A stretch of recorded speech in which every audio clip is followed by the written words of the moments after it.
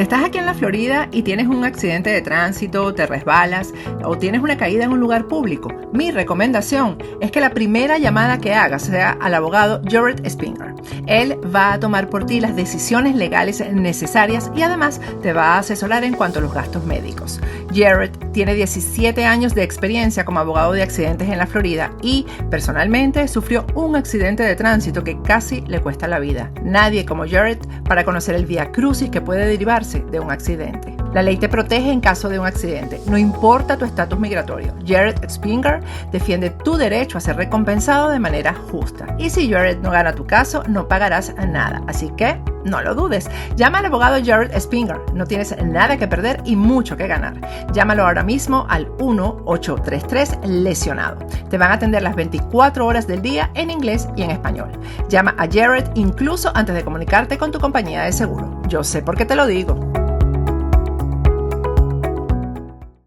Los problemas que se ignoran con el tiempo empeoran. Si te acosan las deudas, estás haciendo pagos mínimos o dejaste de pagar, ingresa a latincredits.com. Reparamos tu crédito, aumentamos tu credit score y te conseguimos préstamos para lo que quieras. Y por solo $4.99 revisamos tu crédito y te damos un análisis gratis. Latin Credits te ayuda. Habla con nosotros. Haz una cita online en latincredits.com. El lado humano del credit score. latincredits.com.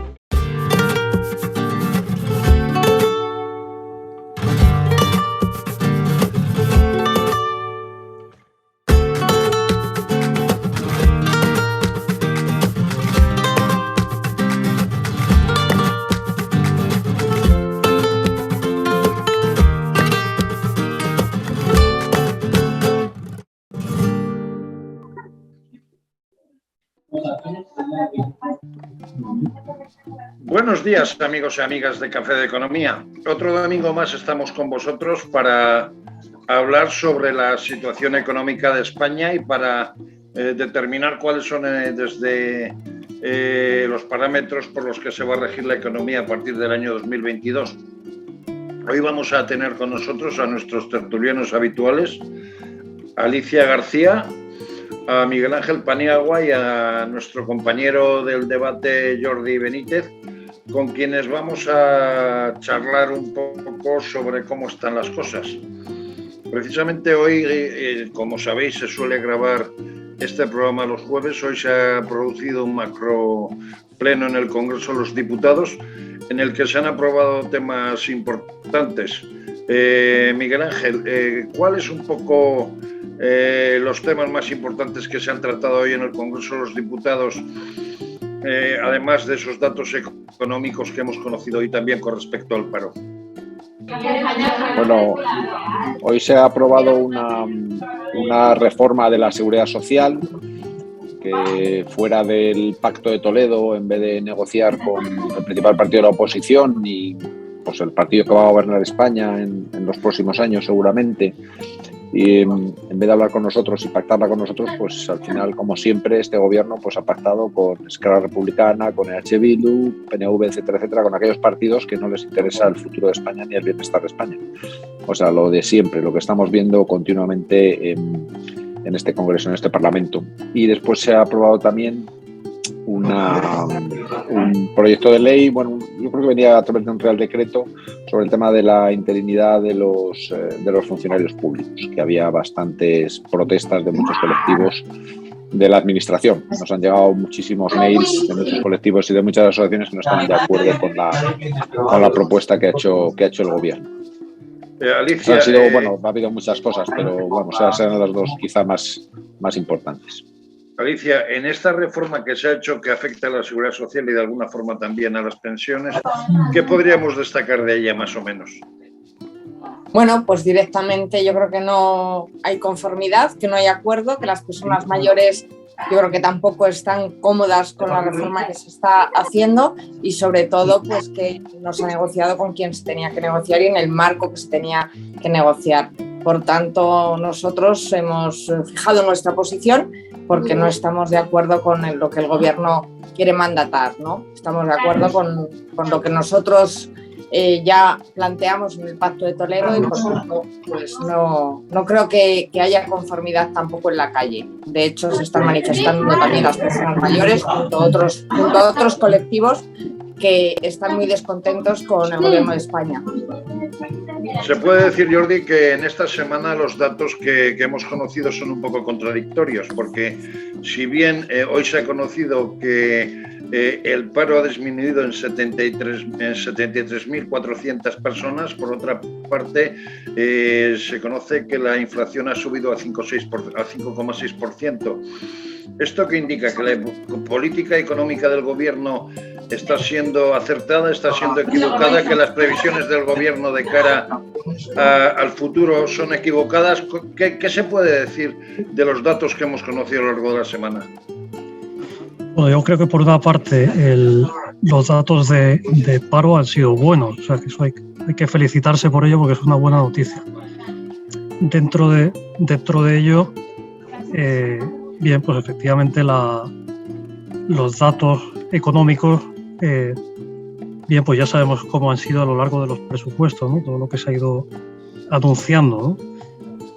Y lo increíble en este lado es que bueno, el gobierno todavía no haya ajustado sus previsiones de cara a los presupuestos y haya dicho, pues, haya admitido que no son reales, ¿no?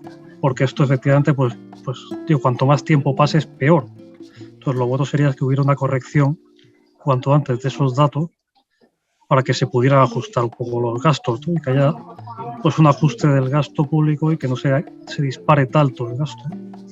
De una u otra manera se puede decir que de cara a futuro se puede cambiar los datos macroeconómicos, las previsiones del gobierno que había mandado a Bruselas, que puedan ser modificadas, Miguel Ángel.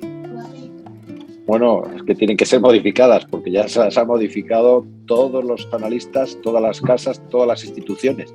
La última ha sido la OCDE, que normalmente es la más prudente y la que está un poco más alineada con los datos del gobierno, que ha bajado el crecimiento de este año al 4,5. Es decir, o sea, ya fuera totalmente del intervalo que había previsto este gobierno, que era un intervalo muy amplio, y a pesar de ello se ha salido por debajo bastante. El crecimiento del año que viene también lo reduce.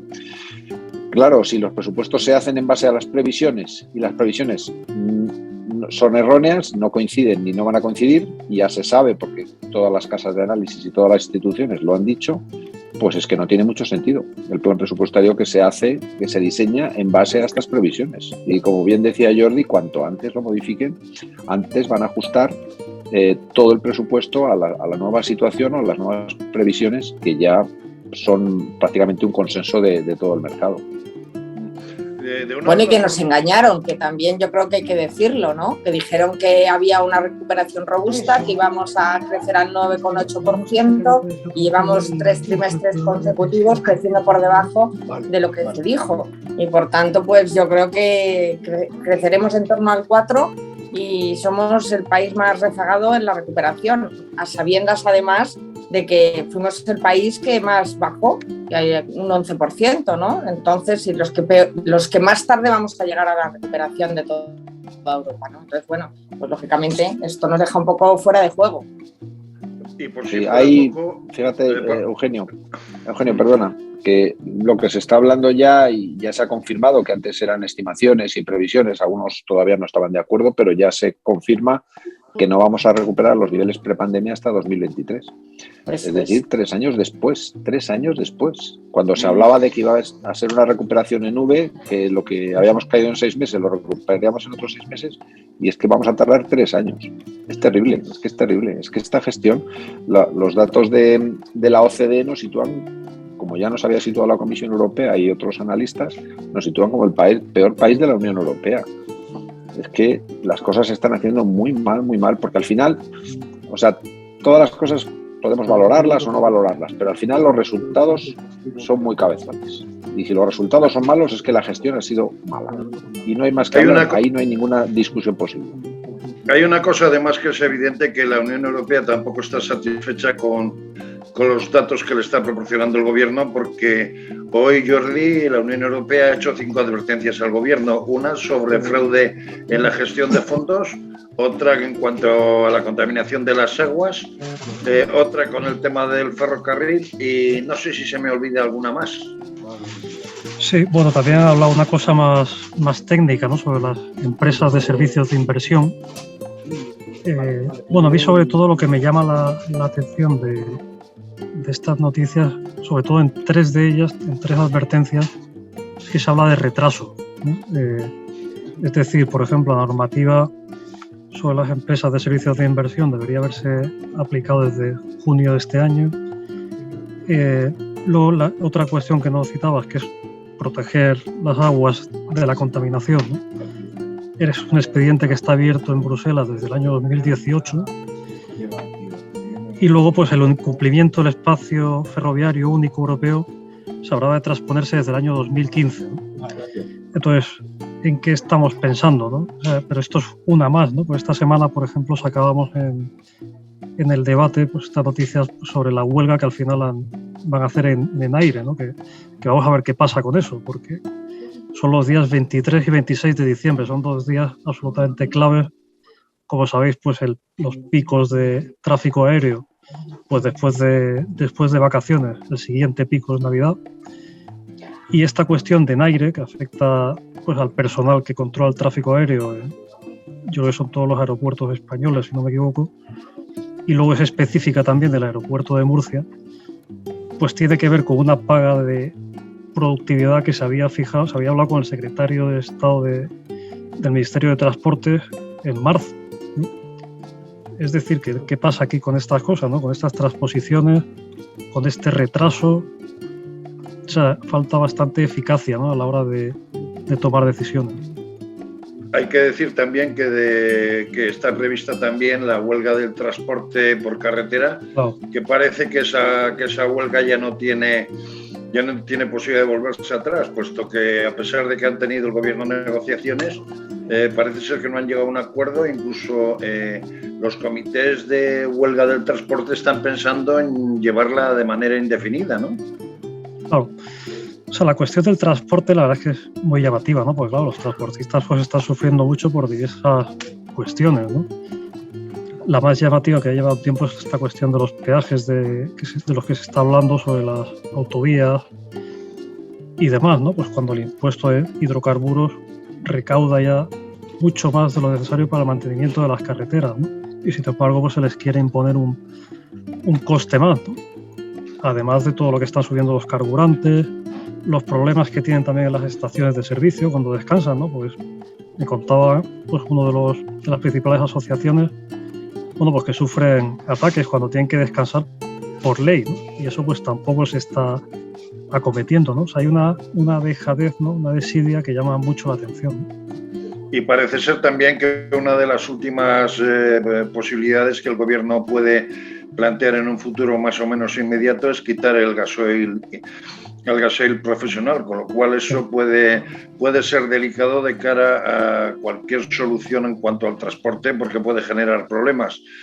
Con todo ello, con todos estos datos, lo que sí estamos observando es que la inflación en España está nada más y nada menos que en el 5,6%, que es la mayor inflación que tenemos en los últimos prácticamente 30 años.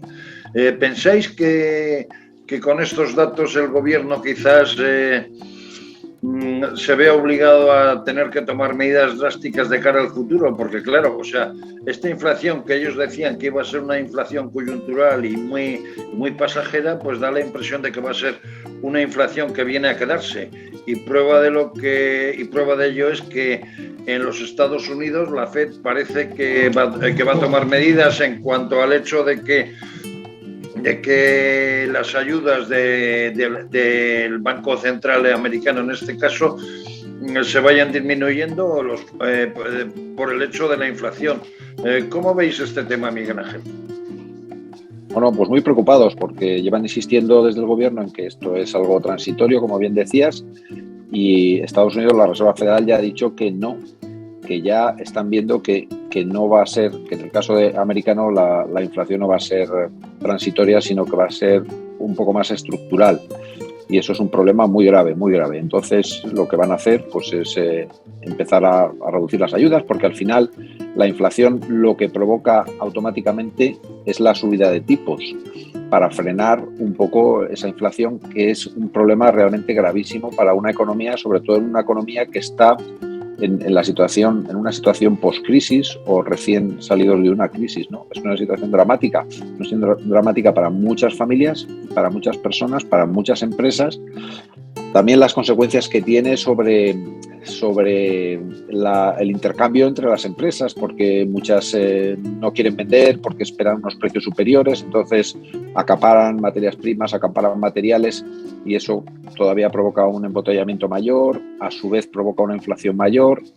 Todo esto va a generar una subida de los tipos de interés, y la subida de los tipos de interés en estos momentos en la economía española, con un endeudamiento público y privado tan grande como el que tenemos, que estamos en unos límites, estamos ya al borde de lo casi de lo permitido, de lo que podíamos tener, tanto la pública como la privada, pues pone en riesgo de verdad, de forma clara, el avance y el desarrollo de nuestra economía. Y a todo esto, Alicia, parece ser que en el Congreso de los Diputados unos presupuestos generales del Estado pueden estar en juego. Por lo menos eso es lo que dicen. Luego que hagan otra cosa, veremos a ver si se atreven o no. Es que por el 6% de cuota audiovisual que tienen que tener plataformas audiovisuales no radicadas en España, resulta que se pueden poner en juego los presupuestos. Y además eso lo dice uno de los socios vitales del gobierno, como es Esquerra Republicana. ¿Se toman las cosas en serio los socios del gobierno en cuanto a las cuentas, o simplemente les interesa su cuota, vamos a decir, de politización de unos presupuestos y poco más? A ver, Pedro Sánchez ha decidido que para que a él le vaya bien nos tiene que ir mal a todos los españoles. Y de ahí, pues, todo lo que está ocurriendo con estos presupuestos y lo que está ocurriendo con la gestión del gobierno, ¿no? Sin duda está entregado, pues, a estos partidos y está cambiando presupuestos por presos, presupuestos por indultos, presupuestos por cuotas del 6% en temas audiovisuales. En definitiva, pues, él quiere que a él le vaya bien y que a todos los españoles nos vaya mal. Hablabais y apuntabais lo del transporte. Hoy el Comité Nacional de Transporte por Carretera ha decidido que mantienen el paro por Navidad, la semana de Navidad. Pero es que lo estimaban y daban un dato que a mí me parece importante, que son 2.000 millones de euros han tenido como sobrecoste los 100.000 transportistas que hay en España por el crecimiento de un 35% del gasóleo. 2.000 millones. O sea que quiero decir que es una estimación que ellos hacen, que encima el gobierno, con esto, además de esto, les quiere castigar con los peajes y con otras tantas cosas. Y yo creo que, pues eso, no les importa la realidad de lo que está sufriendo la gente o de lo que está ocurriendo. Viven ajenos a esta realidad. El único interés que tiene Pedro Sánchez es mantener su sillón a costa de todo, pactando con estos señores, por llamarles de alguna manera, e ir en contra de todos los sectores económicos que pueden movilizar la economía, crear empleo de calidad y sacar a España de la crisis con mayor rapidez. Y por no entrar en los fondos europeos, que ese es otro tema que me imagino que sacaremos. De una u otra manera también se configura el hecho de que las empresas, especialmente las pequeñas y medianas, dígase sector comercio, dígase sector hostelería, se han visto tremendamente afectadas por las medidas adoptadas a causa de la pandemia. Y hay un dato muy, muy, muy importante que puede parecer nimio, pero que tiene mucho que ver también en cuanto a la situación económica española, como es el hecho de que hasta el momento, y comparando con la recaudación que han llevado a cabo las empresas en el año 2019, hasta el momento solamente han conseguido recaudar un 41% de lo recaudado en 2019. Esto de alguna u otra manera no puede no solo afectar a la marcha de la economía, sino dar lugar a importantes quiebras o cierres de empresas, especialmente pequeñas empresas de cara a futuro, y muy especialmente en sectores tan estratégicos como puede ser el sector del comercio, el sector de la hostelería o el sector del pequeño productor. Jordi, por ejemplo. Bueno, esperemos que no, ¿no? Pero efectivamente hay muchísima incertidumbre, ¿no? Y en medio de este panorama, pues claro, la principal incertidumbre y lo que falta mucho por ver cómo se resuelve es la cuestión de la reforma laboral, ¿no? Que estos días pues se está acabando de dilucidar. Yo creo que esta semana pues ha habido, a mí por lo menos me lo ha parecido, no sé si a más gente le parecerá, pero un punto de giro importante, ¿no? Que ha sido la propuesta de la COE de ayer, ¿no? Porque hasta ahora había tenido una postura más reactiva, ¿no? O sea, más de escucha, de ir a la reunión a ver qué proponía la ministra y qué proponían los sindicatos y ver si se podía llegar a un acuerdo a partir de ahí. Y ayer, hace unos días, pues hicieron una propuesta pues muy detallada, ¿no? Y bueno, pues sonaba un poco como a decir, bueno, pues hasta aquí hemos llegado, ¿no? Bueno, hemos estado escuchando hasta ahora, vamos a ver qué proponer, si podemos llegar a un acuerdo a partir de ahí, pero bueno, ahora ya pues vamos a proponer nosotros, ¿no? Todo esto que comentamos pues tiene que ver con ello, ¿no?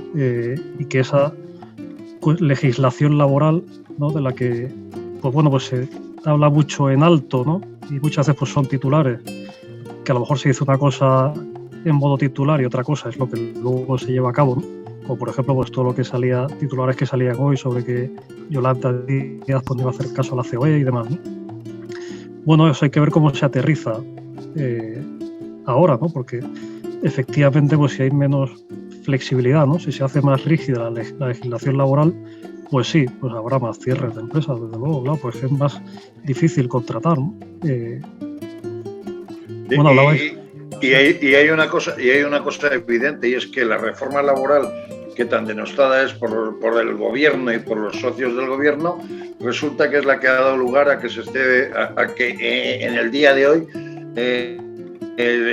se sepa que ha habido 74.000 nuevos empleos y 61.500 nuevas afiliaciones a la Seguridad Social. Pero ¿pensáis que puede ser cierto ese rumor que corre por ahí, que de una u otra manera la COE esté llevando a cabo una contranegociación con respecto a la eliminación o no de la reforma laboral con la Unión Europea? Miguel Ángel o Alicia, ¿qué pensáis?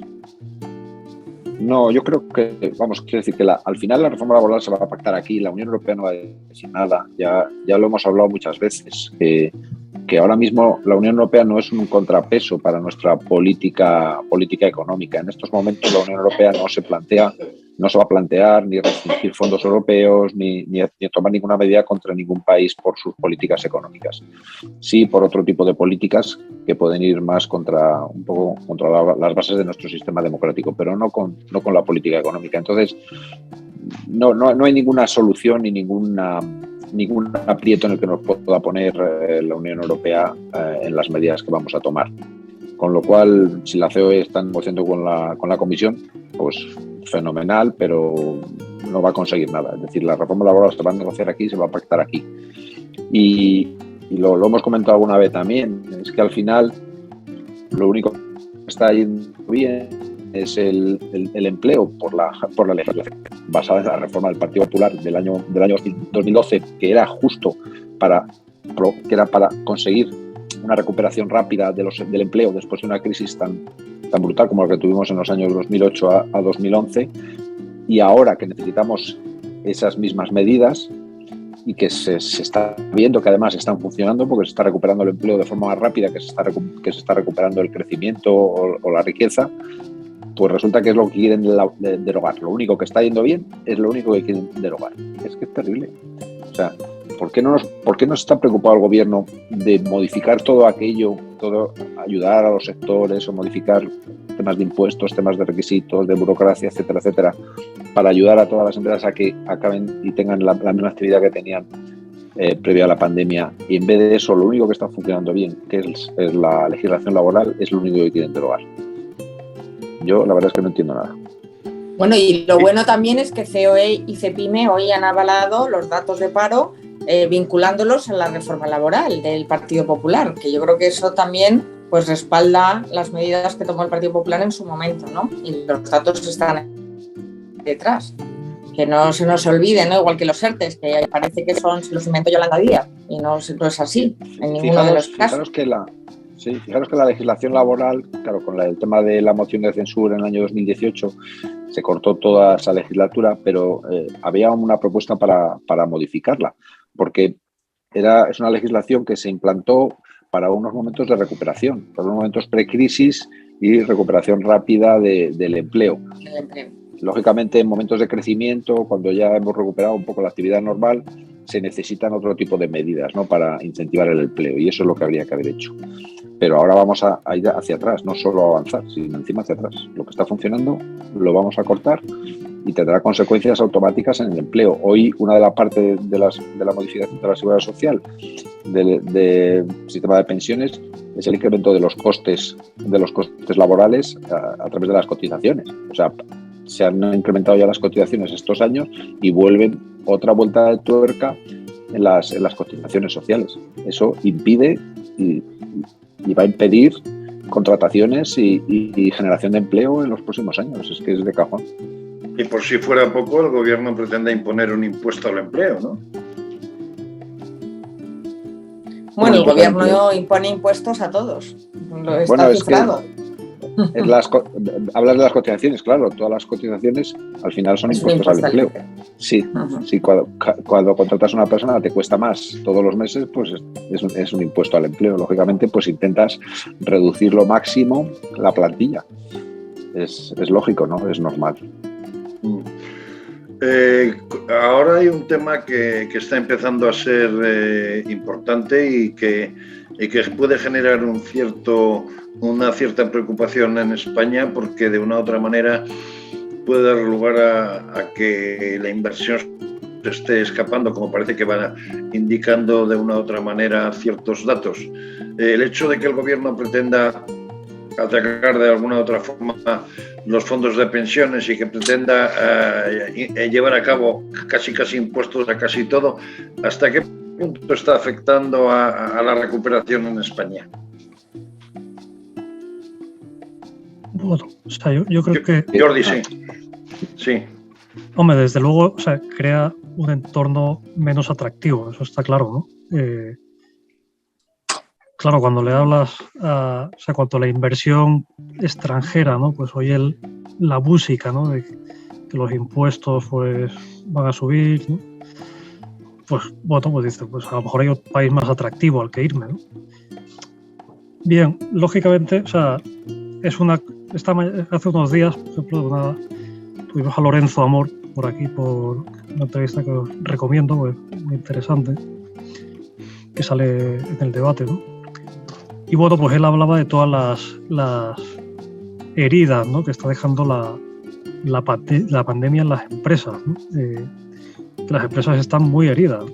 Y cuidado con lo que hacemos ahora, ¿no? Es decir, si en un momento en el que las empresas están heridas, ¿no?, y los autónomos, ¿no?, pues además les ponemos más trabas, ¿no?, y les subimos los impuestos y las cotizaciones y le creamos todo tipo de trabas, pues esa herida va a volver a reabrirse, ¿no?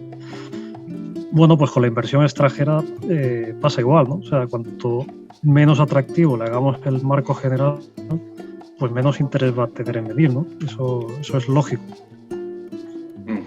De una u otra manera, ¿ibas a comentar algo de este tema, Miguel Ángel? No, que estos datos esta semana me parece que han salido unos datos de la caída de la inversión extranjera que no recuerdo, los he estado intentando buscar pero no les encontraba, pero eran datos significativos. Y después lo ves aquí dentro de España, por ejemplo, ves la Comunidad de Madrid, el crecimiento de la inversión extranjera en la Comunidad de Madrid y en otras comunidades, como por ejemplo Cataluña y algunas comunidades socialistas, y al final ves la diferencia entre cuando tomas unas políticas y tomas otras. Es que la seguridad jurídica, la bajada de impuestos, la flexibilidad, o sea, cuando las administraciones trabajan para que llegue inversión y se generen empresas y se creen empresas y las empresas que están inviertan y crezcan, pues al final las empresas lo hacen, responden. Cuando una comunidad o un país toma medidas en contra de todos estos valores que las empresas tienen en cuenta a la hora de situarse o de crecer, pues la consecuencia es que no lo hacen Y es así de fácil. Entonces, ¿queremos empresas o no queremos empresas? Si no las queremos, pues ya está. Vamos a ver de dónde sacamos los ingresos, cómo colocamos, dónde puede trabajar nuestros ciudadanos y a ver qué hacemos. Pero si queremos empresas, tenemos que tomar medidas para que las empresas recaben aquí en España y crezcan y se desarrollen, etcétera, etcétera. Y se hace todo lo contrario. Y yo creo que no podemos vivir sin empresas. O sea, es que es imposible. No hay país que aguante sin empresas. Es que no hay ninguna otra vía de generación de empleo, de riqueza y de ingresos para el Estado que el sector empresarial. Sí, Alicia. Claro, la incertidumbre del gobierno con sus decisiones, con la reforma laboral, con la subida de todo tipo de impuestos, al final lo que consiguen con todas las decisiones del gobierno Sánchez es ahuyentar a las empresas, ya no atraerlas, sino es que las ahuyenta, las espanta. Entonces, las que están cerrando. Las inversiones extranjeras no vienen porque, lógicamente, el destino para invertir es la bajada de impuestos. Y si comparamos precisamente la Comunidad de Madrid con Cataluña, pues vemos como la bajada de impuestos donde gobierna el Partido Popular, como es la Comunidad de Madrid, supone que las empresas opten por venir a Madrid, pero a lo mejor a otros territorios no. Y además las indecisiones, la incertidumbre, la falta de confianza que da Sánchez y su gobierno, pues lógicamente, pues como yo digo, vamos, es que no es que no vengan, es que ahuyentan las que hay.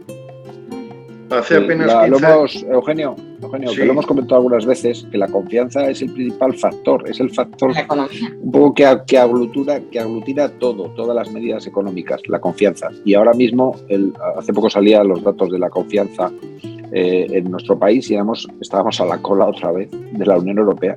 Es que estamos a la cola en todos los datos, en todas las métricas que son buenas para nuestro país. Es que e incluso a nivel de llevar a cabo negociaciones con la Unión Europea también parece que estamos siendo torpes, porque hace en el último programa que hice de Diálogos en Libertad, entrevistando a vuestra compañera Mila Marcos, que es una de las mayores especialistas en temas agrícolas de España y que fuera consejera de Agricultura de Castilla y León, me decía que la negociación de la PAC, que hoy parece que se ha tocado algo en el Congreso de los Diputados, que se han dejado de ingresar 5.000 millones un poco por la desidia del gobierno. ¿Es así o no? Sí, es así. Bueno, si queréis os lo cuento yo. Sí, es así. Bueno, ya pasó en la anterior negociación de la PAC. Fíjate, os voy a contar una anécdota de la anterior negociación de la PAC, porque esta todavía no nos han llegado informes. Invitaban a algunas cooperativas, a algunos colectivos agrarios a las negociaciones en la Unión Europea, y en una de esas ocasiones la representante del gobierno ni se presentó, era cuando estaba el gobierno socialista, ni se presentó y se tuvo que poner en la mesa de la representación española una asistente de una de las empresas que iba de oyente a esas sesiones que hablaba inglés, claro, porque claro, no se iba a poner alguien que no dominara idiomas. Y la representación española en esta reunión fue la asistente de un empresario que iba de oyente a esa reunión, porque ni siquiera se había presentado la persona encargada de la delegación española. La dejadez de este gobierno siempre es lo mismo con la PAC, con la negociación de la política agraria común. Y en este caso, pues al final cederá porque no defiende los intereses de la agricultura y de la ganadería de nuestro país y nuestro sistema productivo primario va a perder ingresos vitales en estos momentos en los que está teniendo muchísimos problemas porque tiene un incremento de costes por el tema de la inflación terribles, no solo lo que comentabais del gasoil, sino también de las materias primas, de los fertilizantes, de semillas, etcétera, etcétera. Están subiendo los costes y como casi nunca tienen capacidad para repercutir en los precios el incremento de los costes, si encima las ayudas de la PAC sufren un recorte, pues a lo mejor del 15, del 20%, de lo que sea, pues al final estará muy perjudicado nuestro sector primario. ¿Y de qué manera puede afectar desde el punto de vista de las negociaciones de la PAC y del resultado, lo aprobado hoy, de la cadena alimentaria en cuanto a que se deberán de pagar al productor siempre por como mínimo al rasero de los costes de producción que tenga? Y resulta que que eso no se está derrubando y que el gobierno de alguna u otra manera no controla que eso se produzca, con lo cual el productor lo está pasando mal. Hoy me decía un productor de pimientos de Almería que él en la subasta está consiguiendo vender los pimientos a 50 céntimos, mientras que en el supermercado se venden a 2 y casi 2,5 euros los pimientos, ¿no? ¿Eso de alguna otra forma se podrá controlar con esa aprobación que se ha hecho hoy de la cadena alimentaria? Bueno, yo creo que con... Sí. Perdón. No, Jordi. Sí, Jordi. No, quería decir que ahí hay un gran problema que es con la distribución, o sea, los distribuidores, ¿no? Que, claro, o sea, el precio el que compran las empresas a los ganaderos, agricultores, ¿no? Pues ha subido un poco en los últimos años, pero claro, la distribución no sube el precio, con lo cual, si la distribución, las grandes cadenas de supermercados y demás, ¿no? Pues no acceden a que subir esos precios y que pueda haber un poco más de margen, pues va a seguir estancado, ¿no? Pero curiosamente ahora es la época en donde un agricultor, por lo menos de agricultura intensiva, digamos, del mar de plástico de la zona de Andalucía y también de otros lugares de España, de una u otra forma es cuando más caro vende su producto. Normalmente en esta época un pimiento o lo que sea puede venderse aproximadamente a 1 euro la unidad para que el consumidor lo compre aproximadamente a unos 3 euros. Pero en este momento las pérdidas están siendo importantes. No solamente hablo de agricultura, sino también en ganadería, hasta el punto de que se prevén también movilizaciones importantes. Eso es otro aspecto, dado la manera que está negociando el gobierno las cosas con la Unión Europea. Pero antes hablábamos de las 5 advertencias que ha hecho la Unión Europea con respecto al gobierno y hablábamos de fraude en el manejo de los fondos.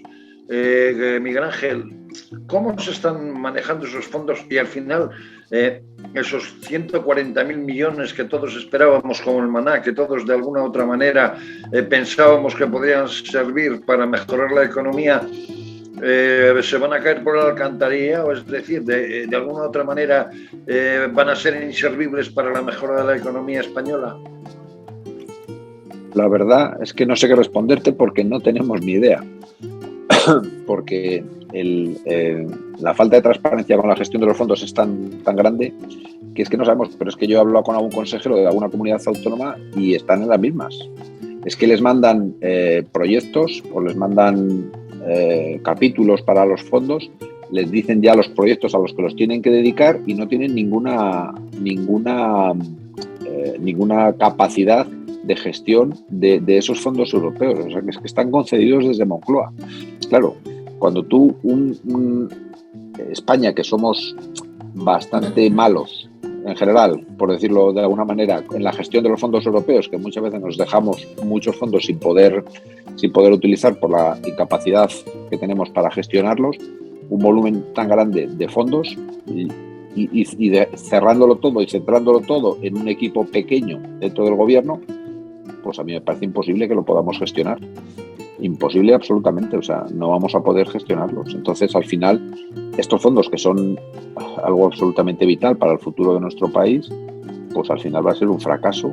Se va a intentar, a mí me da la sensación de que se está intentando llevar esos fondos a empresas o colectivos un poco vinculados al gobierno, o sea, todos aquellos que les puedan ayudar a mantener el gobierno en la próxima legislatura, en vez de dedicarlos a aquellas cosas que le interesan al país, ¿no? Ya te digo, yo no puedo decírtelo porque no lo sé, porque no sabemos nada de los fondos europeos. Yo creo que no lo sabe transparentes. nadie, ¿no?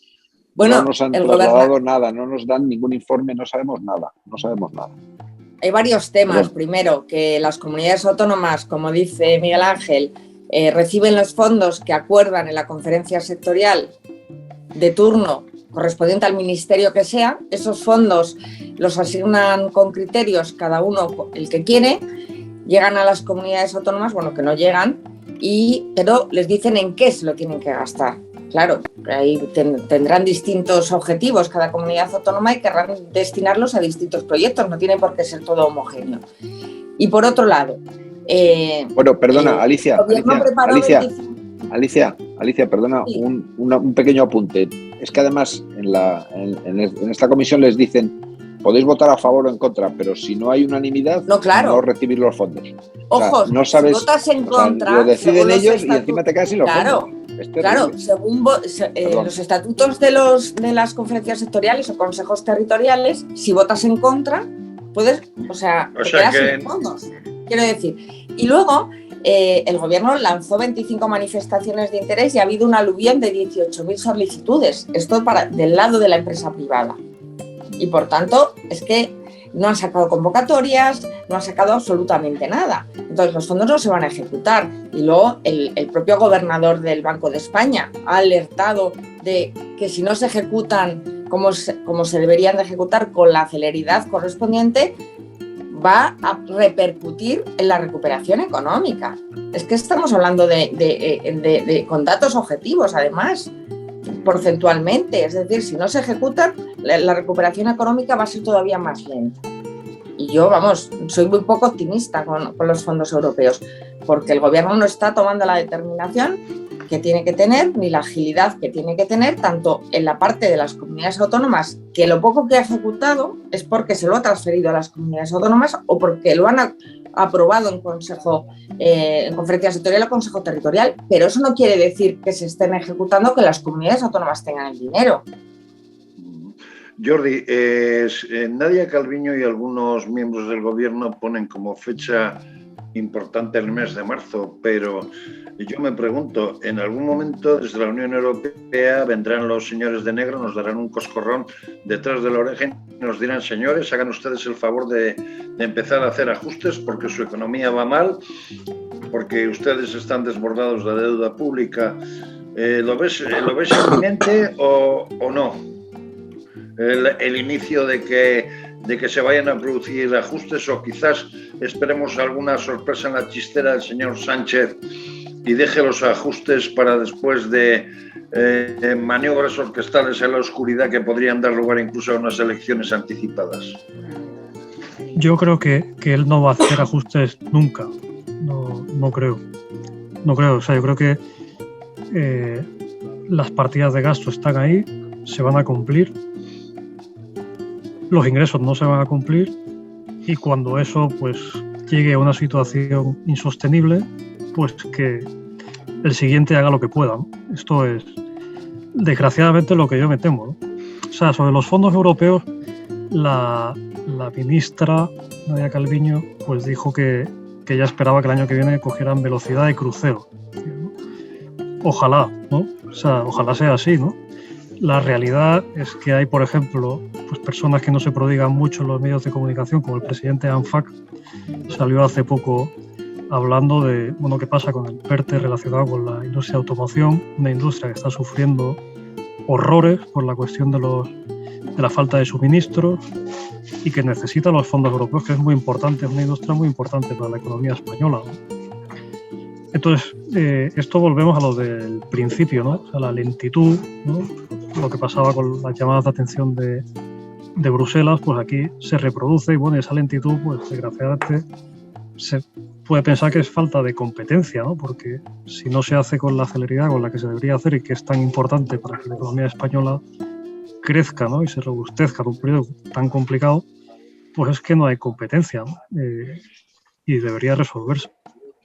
¿Tú crees, Jordi, y ya casi paso a preguntas finales porque estamos casi en el tiempo de programa, ¿tú crees que esto puede generar a final de año unas elecciones generales anticipadas para que el gobierno y Pedro Sánchez se lave las manos viendo a ver qué es lo que ocurre en comunidades como pueden ser Andalucía, Valencia, Castilla y León?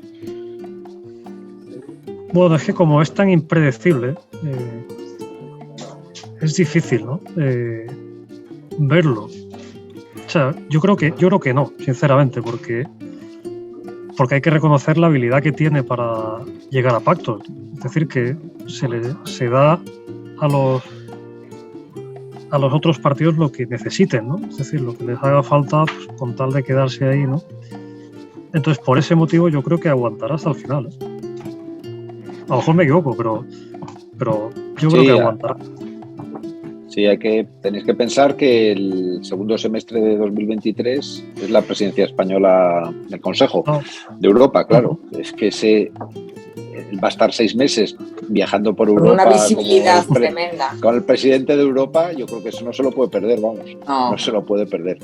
Y yo creo que Europa no va a presionar a los países para hacer ajustes en la consolidación fiscal hasta 2023. Yo creo que 2023, finales de 2023 empezará. Es decir, todo le va a cuadrar. Al final es que tiene suerte este hombre, la verdad. O sea, tiene suerte. Le va a cuadrar justo la legislatura con la presidencia española y justo cuando hay que empezar ajustes, él ya no va a estar. Eso es lo que va a pasar. Entonces, ojalá. Ojalá. Sí, seguro que no va a estar. Seguro que no va a estar. Los datos que hay, las encuestas lo dicen. Yo creo que ya los españoles le han visto claramente el plumero a este gobierno y a mí me parece inviable que pueda repetir como presidente del gobierno. No, y con los presupuestos del 2022 aprobados, alfombra roja, para el 23 los prorroga y aguantar.